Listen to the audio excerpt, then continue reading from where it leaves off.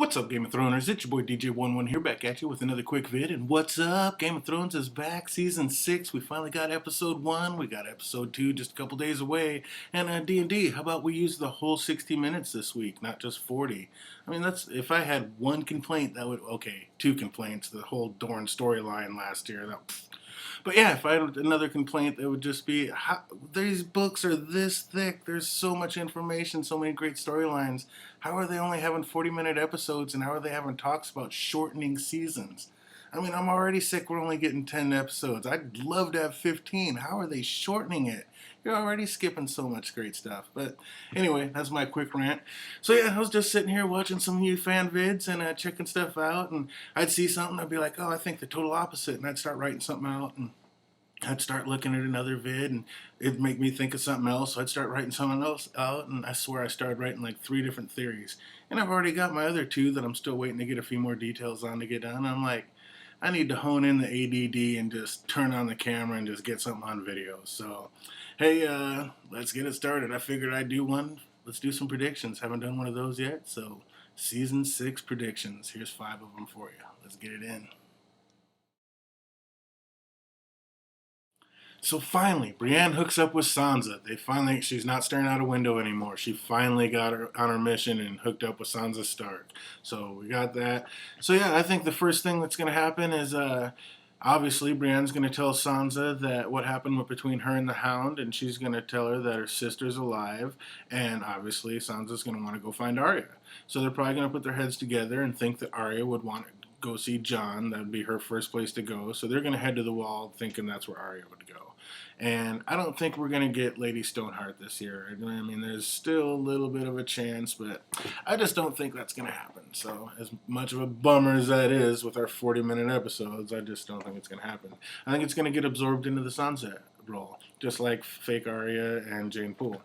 So on the way to the Wall, I think she's going to run into the Brothers Without Banners, the Kingsmen, and I think we get a lot of juicy nuggets out of the tournaments that happen in this story. Just like Harrenhal, we get all sorts of stuff from there, just like I believe we got Jon Snow's parentage from there. And no, it's not R plus L equals J. Go check out my other video. We already got that all handled for you.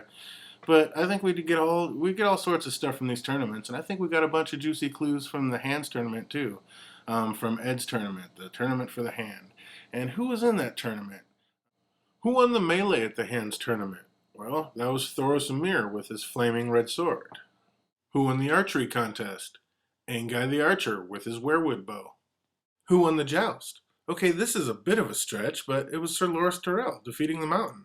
Now, Peter Baelish says he used a gimmick using a mirror that was in heat, so that could be said to be dishonorable, which would be very unstark, so maybe not him, but I think maybe. Sansa always considered him a gallant knight, just like in the songs, so maybe it's destiny. Who saved Sir Loras from the Mountain's rage? The Mountain's brother, the Hound, who Sir Loras then named champion. So... my second prediction is I do believe the Hound will be brought back this season. Ian McShane already kind of blew the whistle on that in his interview. So we already know the Hound is pretty much for sure coming back. And when Arya asked if he was going to die, he pretty much foreshadowed he was coming back. Arya's like, are you going to die? And he's like, yep, unless there's a maester around one of them hills. Well, there was.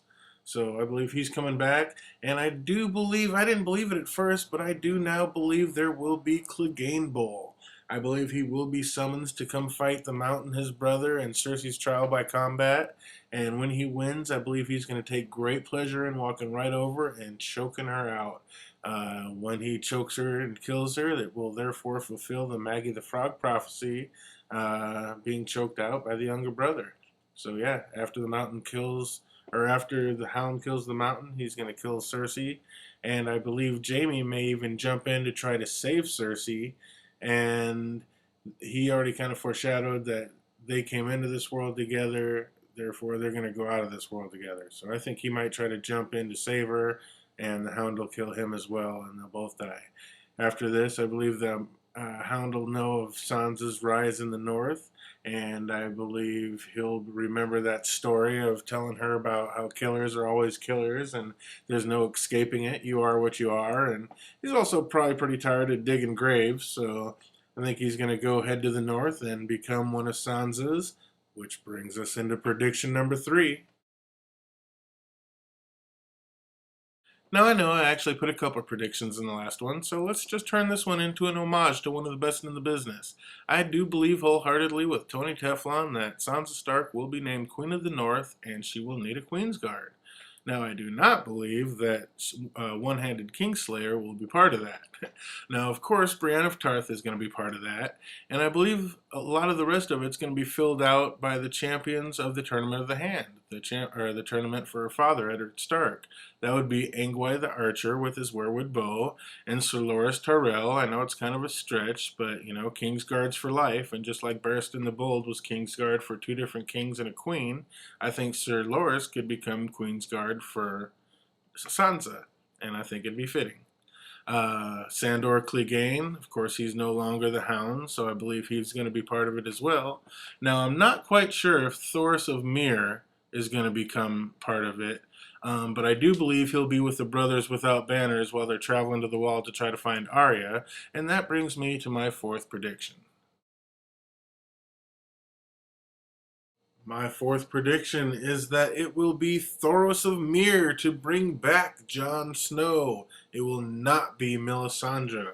Like I said, I believe on the way back to the Wall, when Sansa's coming, they'll run into the Brotherhood of Banners, and Thoros of Myr will be with him, and he will be the one to resurrect not Jon Snow, but Jon Stark. Now, there's a chance Tormund Giantsbane could become the 6th Queensguard, but I'm thinking more Lem Lemoncloak. I have a sneaking suspicion my man Tormund's not going to make it through Season 6. Yep, my 5th prediction is that Tormund dies this season. Probably in the Battle for Winterfell. I know, that sucks.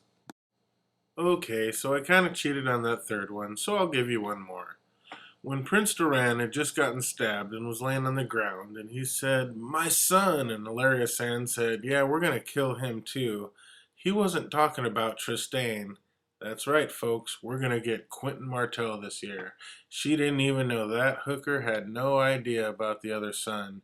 He is out there, and he is going to show up on Dany's doorstep in Meereen, so when she gets back from the Dothraki being saved, he's going to be there. Yep, we're getting Quentin Martell this year. So there you go. A few more predictions to think about as the season goes by. Sorry if I started slurring a little bit towards the end of this. Man, I cannot believe how long it takes to make these videos. I've only been doing this for a little over a month now, and yeah, it takes like a long time, like 12 to 20 hours. It's crazy. I mean, yeah, I don't know how long I've been working on this one, but I know I've had quite a few beers, and yeah, sorry if I started slurring there towards the end, but hey, you gotta have fun while you're having fun, right? So yeah, here's a little something to hold you over until we get the next episode 2 coming up on Sunday, and a few more predictions. We'll see how many come right, and yeah, it was so funny. Just want to give a shout out to Mythos from Ice and Fire. If you guys want to check out something different, she totally does kind of a different little twist on things and compares it to old mythology. So definitely check that out if you're looking for something to keep you entertained. And man, I was sitting there watching videos earlier, and I'm sitting there writing what kind of started out to be like a Blood Raven type of theory. And I told you, I started out on like 3 different theories earlier while I was listening to videos. And I kid you not, while I'm sitting there writing this thing out, Blood Raven Part 2 by Smokescreen comes on. And I'm sitting there writing it and listening to it. And then I like stop and listen. I'm like, holy shit, the first part of my theory, he's already done. Like, he's got it on there. I was like, after seeing that we think so much alike, I'm definitely going to have to check out some more of his videos. So, yeah, I was cracking up. So, that's cool. Don't even have to do the first part of that. He's got it handled, and now I can just go on and tell you what I think is going to happen with, yeah, we'll just get into that in the next video. But anyway, just wanted to give a shout out to all my Game of Throners. Hope you guys enjoyed this one. Again, if you liked it, thumbs up it. And, yeah, I'm going to be doing another video for the next episode, too. So, recap and review. We'll see you soon.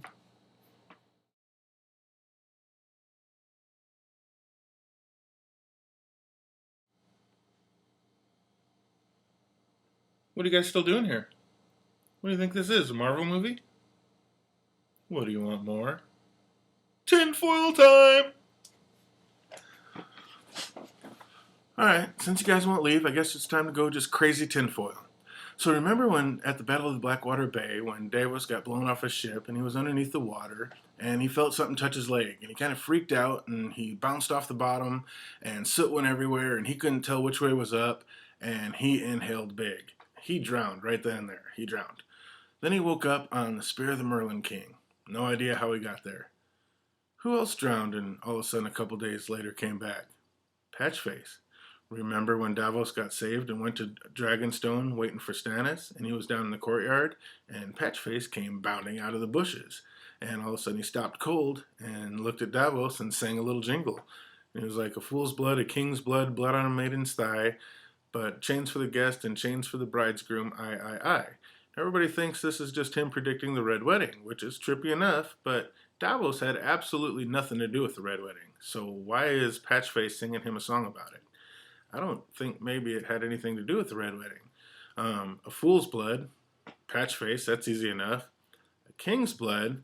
Now, in my other video, I said that Davos is a secret Targaryen. I think he was with, maybe, I don't know if it was Aegon the Unworthy, but I believe one of the Targaryen kings that was sleeping around with everything with two legs had a bunch of bastards, and I believe Davos was one of them. I think Stannis read this in the Book of Bastards, and that's why he raised him so high so fast. Also, when he got saved and Melisandre ended up throwing him in the dungeons, later on Melisandre came down and was trying to lure him to her room. And he was like, you should come to my room, I'll show you pleasures and ecstasies like you've never seen. Now, we know Melisandre only really likes to sleep with people with king's blood. Gendry, Stannis. Yeah, she only sleeps with people with king's blood. So why was she trying to lure Davos up to her room? Davos has king's blood. Davos is a Targaryen. I'm telling you, I'm right about this. Told you, total tinfoil. So, now we got the fool's blood. Now we got the king's blood. Who's the only maiden left in this story? There's only one maiden I know of in this story. Yep, it's Arya. I think Arya's going to want to come back to Westeros. She's going to get on a ship. She's going to have to sneak away from the House of Faces. When she does that, that's going to be against the rules. It's going to be like a death sentence. So when she's on that boat, the drowned god is also a god of death. So I think the drowned god is going to take another victim, and Arya is going to drown. A fool's blood, a king's blood, blood on a maiden's thigh. All three of them drowned. The other two came back, so I guess the good news is that Arya is going to come back from this. And then the chains on the bridegroom and chains on the guest, I think is something that we haven't even seen yet. Something with the Night's King and war, who knows? I haven't figured that out yet. We're still working on it, but told you, total tinfoil, one for you to chew on. Think about it. DJ Wun Wun out. Till next time, bye-bye.